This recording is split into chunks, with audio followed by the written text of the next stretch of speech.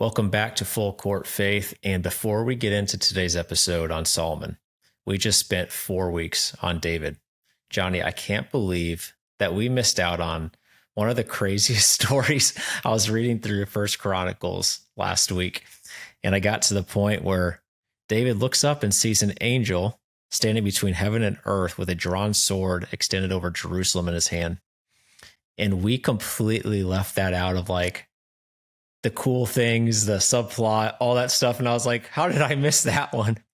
And I just we're not going to dive into it because we're going to move on to Solomon. But conceptually, the fact that somebody saw an angel holding a sword basically in space. I mean, that's great. Am I not? Is that not the coolest thing? That is pretty insane. Go read that. I know the Second Samuel. It's the last chapter of Second Samuel, and I know it's in Chronicles as well. But it's pretty powerful stuff. It is pretty powerful. Specifically, the one I'm looking at is First Chronicles 21:16-ish. If you're wanting to follow along. But today we're going to get to Solomon Part 1. We're going to be in 2 parts. This week will be Solomon the Wise, and we'll go through teaching about Solomon. Next week will be Solomon the Fool, and it'll be more application. What do we learn from this? How do we apply this to our lives? Because there's so much application to how he fell. And I think it's going to be really good to do it this way. And I'm excited. So we're going to get to part 1 of Solomon right now.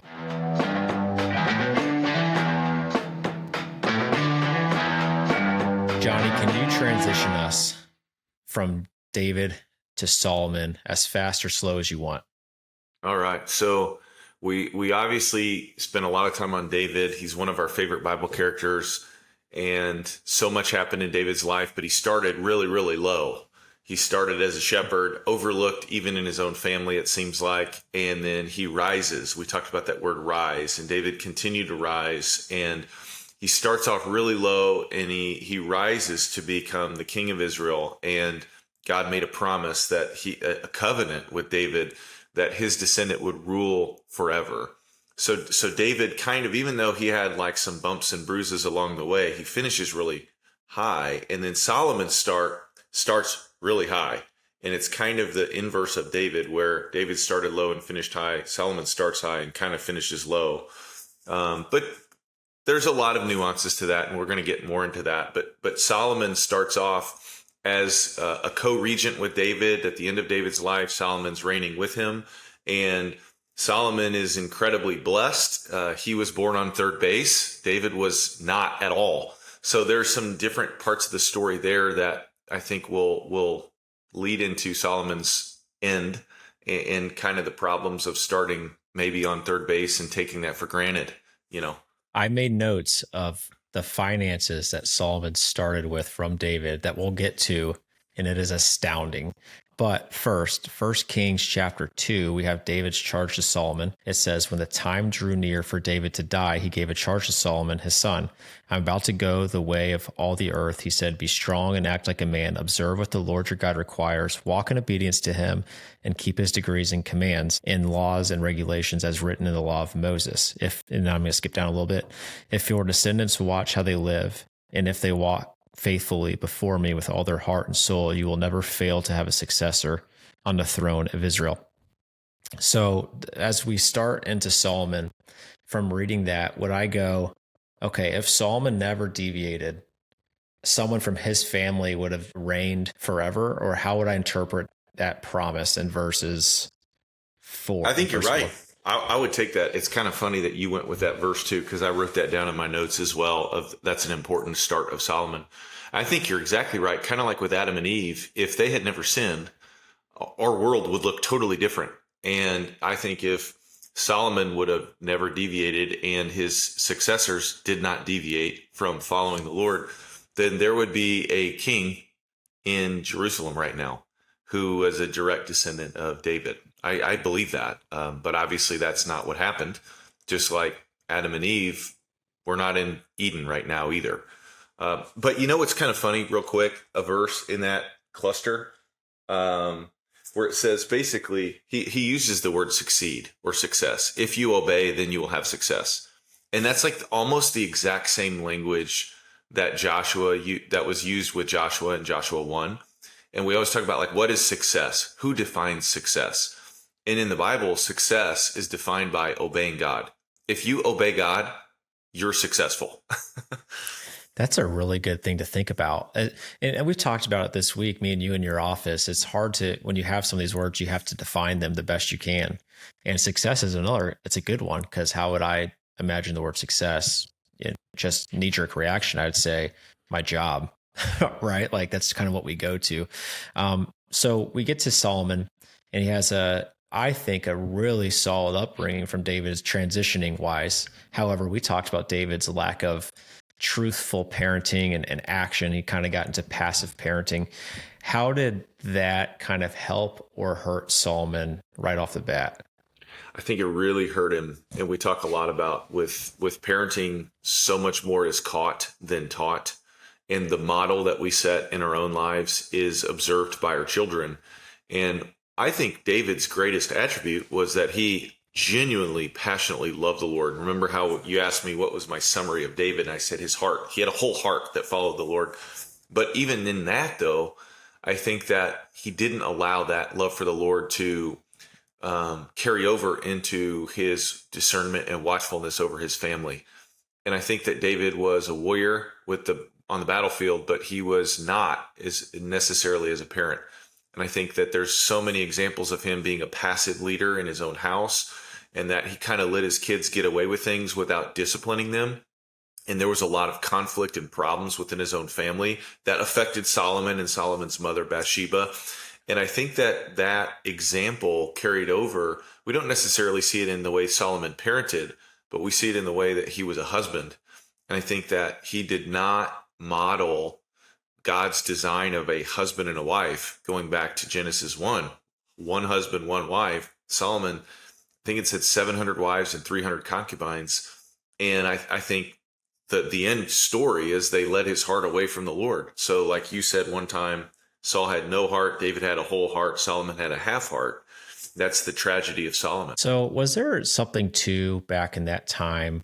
Well, you marry the king's daughter of a kingdom you want to make a treaty with, and that's just the politics of it. Is there any part of a human that goes, yeah, that was kind of like in David's case, not 700, but like, oh, they're just doing what the government tells them. It's go marry this king's daughter, or should we be in the camp of it doesn't matter what the policies and traditions are, you don't do it? What do you think? I'm teeing you up. I know the answer, but I think we do get into those. The reason I ask that is because the obvious answer is you follow God's commands when it contradicts the government's commands and policy.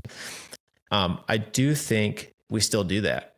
I think there's a token of submit to authority, but if that authority is breaking God's direct command, then don't submit to that authority. Would you agree? Absolutely. And I guess I wouldn't even use the word that's what the government was doing. I'd say that's what the culture was. Like the culture was, this is what you do to make a peace treaty. You marry this king's daughter, and then guess what? You guys have a trade alliance, or you're at peace with one another. So it makes logical sense. However, if God says, don't marry foreign women who don't worship Yahweh, then you don't do that. So I think any time we get in the business of let's rationalize this, let's make sure that it makes logical sense, and this is the most efficient, even if it contradicts God just a little bit, then, I mean, that's the very heart of sin, right? And so I would say if it contradicts God's directive, then we can't do it. And I think that God can overcome the rational choice that we think we would succeed if we did this. But if it's like, no, I'm going to obey God, and we'll let him decide what he wants to do with us. And usually, I love the quote, obey God and leave the consequences with him. When we obey God, he will bless that decision. How did Solomon fulfill the Davidic covenant, which we talked about a few weeks ago? He partially did. Remember in the Davidic covenant, it talked about, I'm going to give you a name. I'm going to give a place for Israel to live. I'm going to give rest from their descendants, and then I'm going to give you descendants on the throne, and one of your descendants will reign forever. And there's kind of a near fulfillment in that promise and a far fulfillment.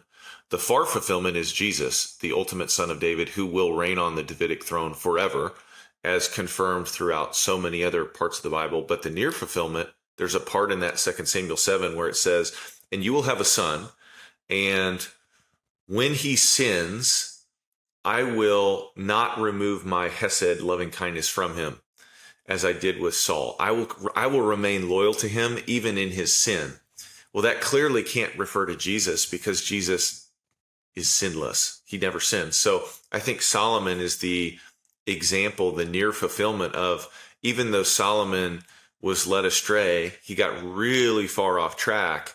I think at the end he started coming back on track. And even I think I'm under the position that he wrote the book of Ecclesiastes probably somewhat, not totally at the end, but later on in his life, when he had a little bit more time to reflect on the futility of life apart from God and the blessing of life that involves God. That's really well said. But I want to move on to wisdom, because when someone thinks of Solomon, they think of either 700 wives or really wise. I think those are usually the first thoughts. Sort of two different ends of the spectrum, which is kind of funny. Give us a quick summary of why is he known for wisdom? So at the very beginning of his reign, the Lord came to him in I forgot if it was I think it was a dream, not a vision, similar, but not totally the same. I think it was a dream. And he said, ask for whatever you want. And Solomon asked for wisdom, or in one of the accounts, he asked for a heart that hears, a discerning heart, so that I can rule your people, because I'm young and I don't know what I'm doing. And the Lord says, because you didn't ask for military victory or riches, etc., I'm going to give those to you in addition to what you did ask for, wisdom.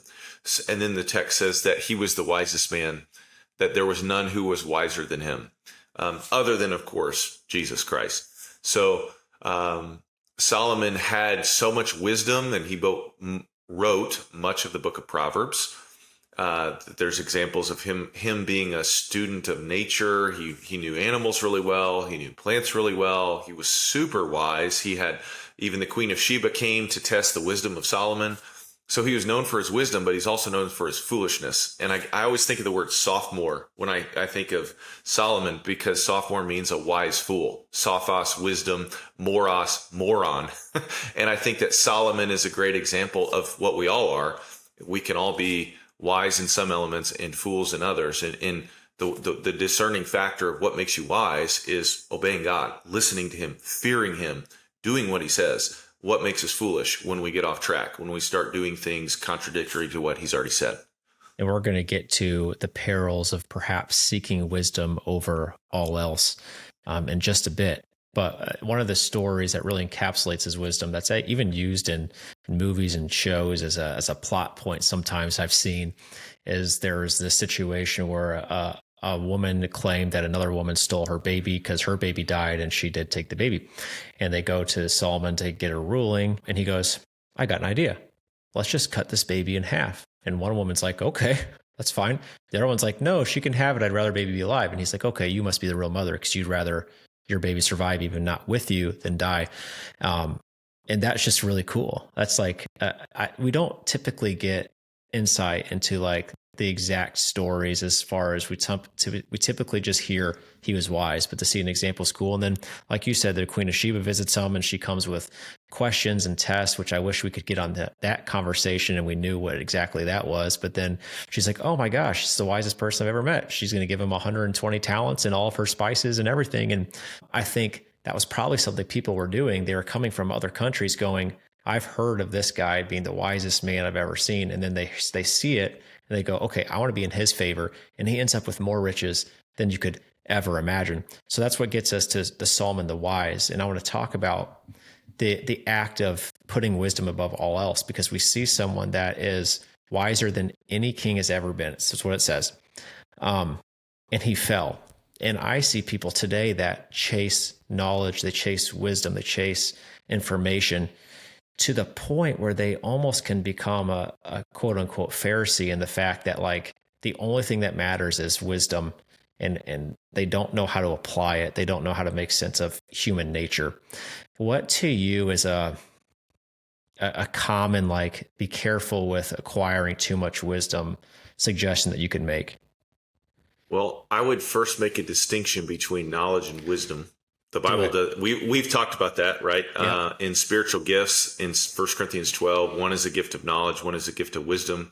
I think of knowledge as the accumulation of information and understanding, and then wisdom is knowing what to do with it. It's applying it. So I think that the danger is once you accumulate a lot of knowledge, Paul says knowledge puffs up, it brings pride.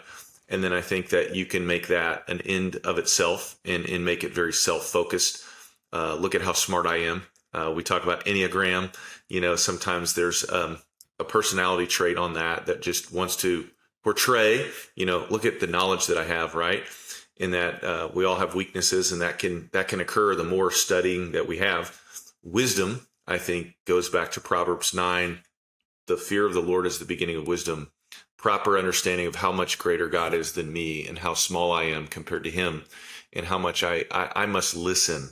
I think that pride rejects advice. Wisdom listens. Wisdom understands I don't know it all. I need to know more, and I need to know how to put it into practice. Yeah. And I think you could fall off the horse on the other side with a lot of virtues. And that can be one of them. I've got a good friend that I've known for a long time, and he's someone that is a bookworm, and he's uncomfortable if he's in a conversation and he doesn't have the answers, or they're talking about something that he doesn't know about, and he feels like really weird and uncomfortable. To me, I'm just like, great, you guys talk, I'll listen. This is interesting. But yeah. I've got my own problems. And he's even said, like, there's times where I'm in a class and I ask questions that I may even know the answer to, just because I want people to think, man, what a smart guy. What a great question asker. This guy's really into it. And it comes back to pride. Is what are you accumulating all that knowledge for? Is it to tell people what to do, or is it to know more about God and how to serve him better? And the Pharisees are the perfect example of a person that acquired a ton of information just to have some power. And maybe there are some people in that group that did think they were legitimately doing the right thing, but we do have evidence of people that it did seem like they wanted to keep that power and that governmental control. Any thoughts on that before we move on? I like how you distinguish just the perspective of where they're looking at. Like, I think if you just want to focus on yourself and making yourself look good, that's the essence of pride. And that's the essence of foolishness too. It's not wise. Wisdom is demonstrated in what can I do with what I know to serve the Lord and help other people. It's outward focused. It's how do I serve the Lord better, and how do I help people? I think that could be an appropriate application of wisdom. Right. And another note I made is starting with noble motives does not guarantee you an easy finish, because we know, like you said, he started off well.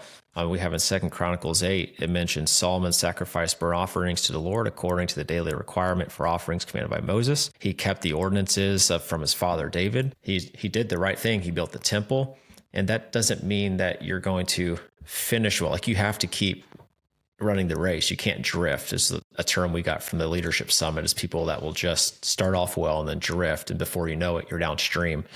And I think that's important, because we have moments too where we start out, we're on fire for the Lord, we're starting off well, and then we're like, we did it, I can drift. And you look up 10 years later and you're so far from a godly lifestyle, you don't even know what happened. Yeah, I think much of life is like that, where it takes effort and intentionality to continue to grow. Think about like exercise. Like, if you're working out all the time, like, you're probably like, there's a lot of pain and there's struggle, and then you're getting better. But then let's just say you're like, all right, I'm strong, I'm good, I don't need to do this. I can go eat some more Cheetos and drink soda and not work out. And if you do that for like a year in a row, or 2 years in a row, whatever, you're going to decline, because you stopped doing what helped make you fit and healthy. So I think that's just a great illustration of, the same way with spirituality, with spiritual growth, we got to keep going. We can't stop. Right. Like, I think of some people will enter the faith on fire. And I've seen that. I've seen people that are new to faith are typically come out on fire, and they're at everything, and they're telling everyone about Jesus. And over time that can dwindle out, because it takes work, it takes maintenance, it takes long periods of time of showing up to church on Sundays, going to Bible studies, staying in your Bible, that consistency, like any other habit, dieting, exercise, whatever you have there, it gets harder the longer you go. But eventually, what happens is once you get over that hump of hardness, it becomes a habit. And once it's a habit, now you're sticking with it for a long period of time. But it's a point I wanted to make that Solomon started off well. he wasn't really this did. guy that was lost. And then, I just think that that's a direct application today. Is there anything else on that before we move to the temple? There was a phrase that was used of Solomon, that his heart was led astray. That's very similar to the word you used of drift. His heart was led astray from serving the Lord with a whole heart, from loving and worshiping only the Lord exclusively. So I think drifting, leading, being led astray, those are very similar ideas. And you used probably a more current term, but it's the same idea that the Bible uses too. That's so good. We're going to get into the temple, and I'm going to give some statistics of some cool facts. And then when I'm done, Johnny's going to tell us more about the design, what its intention was, and more about it. But I kind of preface, David did prepare it for him. A lot of people credit Solomon building the temple, and he did, but David put a lot of front work in on that, which is a lesson for another day in preparing the people after you with work that you're not going to see yourself. Legacy builder is a note that I made. Moses would fall under that. I'm not going to see the results, but I'm going to lead you to it. Gifts for the temple, Johnny, were estimated in gold, $1,800,000 worth of gold, $84 million worth of silver. They had 70,000 carriers, so people that would do the carrying work for the temple. They had 80,000 stone cutters and 3,600 foremen. So if my math's right, that's about 153,000 people working on this temple with billions of dollars worth of resources. So he started him off really well, wouldn't you say? Yeah. I was looking at this last night in First Chronicles. David used the phrase, "with great pains I have prepared the temple for you," as David was about to die and go off the scene. And he really did. Like, he laid the groundwork for Solomon to succeed. That's why one of the examples of Solomon being born on third base, that phrase I used, is David really, really went to bat to get things positioned so that Solomon could build the temple. It's pretty amazing. Yeah. So why don't you give us the logistics of this temple? What was inside of it? What was it for? All that. Sure. So the purpose of the temple really was to exalt the Lord. It was a central place of worship. The Lord wanted his people to worship in a central place. Originally, that was in the tabernacle, going back to Moses and Mount Sinai and the giving of the law. And then David had a desire to build a permanent house. A tabernacle was very, very nice, but it was a tent. And David was like, I live in a house of cedar. Why are we worshiping the Lord in a tent? And he had this desire to build this magnificent house. And the Lord said, it was a great desire, but you're not the guy.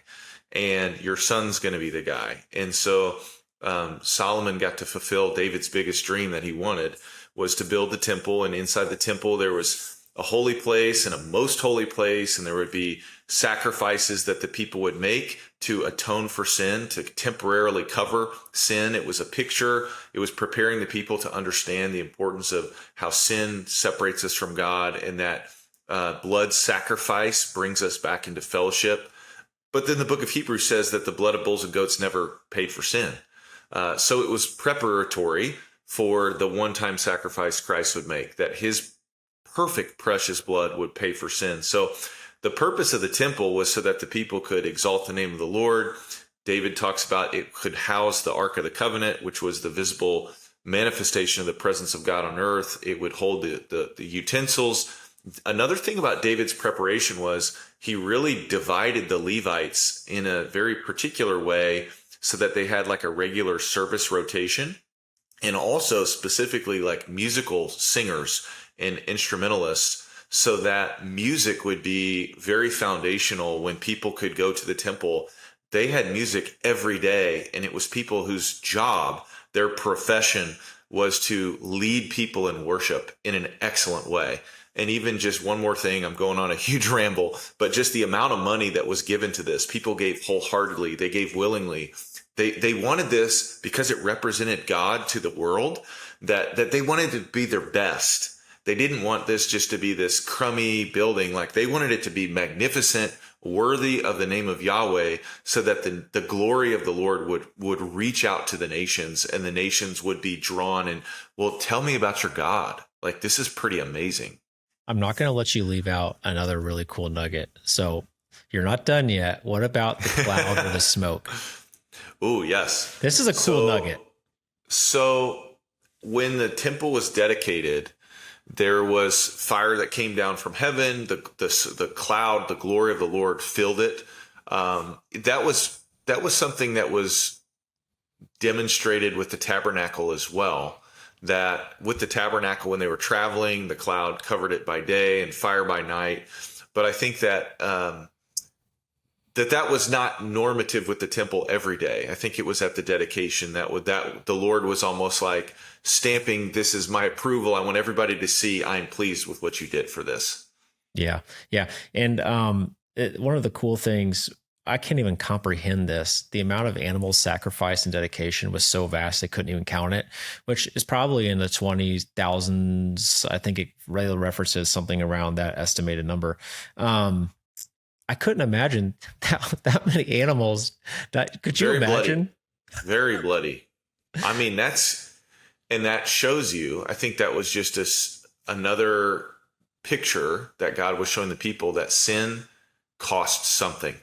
It costs something, and to atone for sin requires a lot of blood, and blood was very symbolic of life and covering for sin. So it was a big message to the people that sin was a big deal. Let me tell you, PETA would have had a field day. They would have had a lot of complaints to file. Yes. If PETA was around back in the day, we'd have some serious obstacles in the government.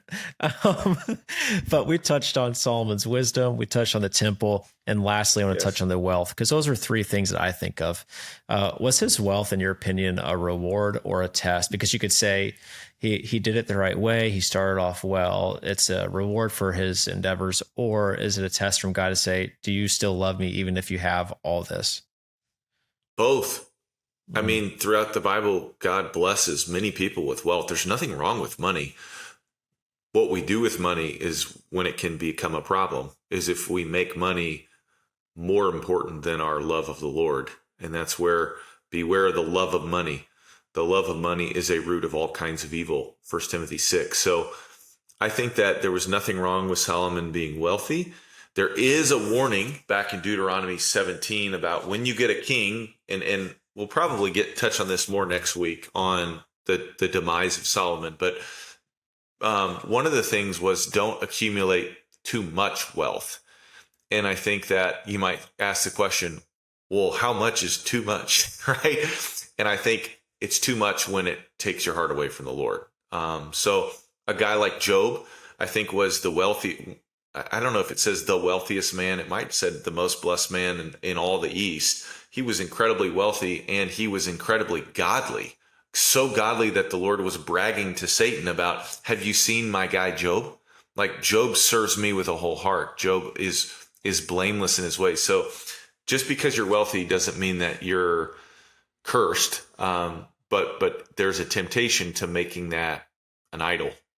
So this is a genuine wonder of mine, because we have Ecclesiastes, and it is basically a book on don't chase worldly things. It's all meaningless at the end of the day. It's a vapor in the wind.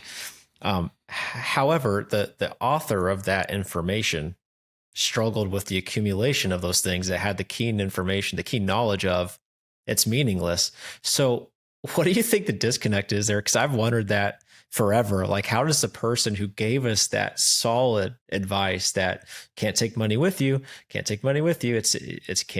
can't buy your place in heaven, also succumb to money, resources, sex, power, all that stuff? Well, I think that he's not saying life in and of itself is meaningless. I think he's saying life apart from walking with God is meaningless. Yeah, like the money at the end of the day, right. The money is meaningless. Like when you die, you go to heaven, you can't take it with you. So I kind of take it. Yeah, there's a dynamic of that. Yeah. I don't disagree. But anyways, I'm sorry. I don't disagree with you. Sorry. Well, money.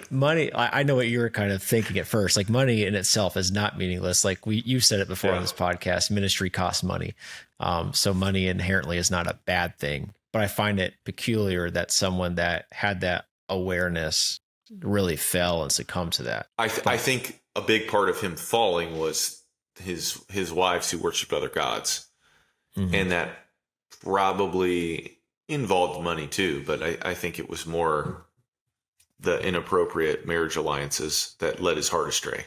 And we're going to talk about next week the three major temptations of man: sex, money, power. So we did a lot of instruction and background, Solomon, today, and next week will be all about how do we apply it, what can we learn from that, and what are these sins and how do we identify them.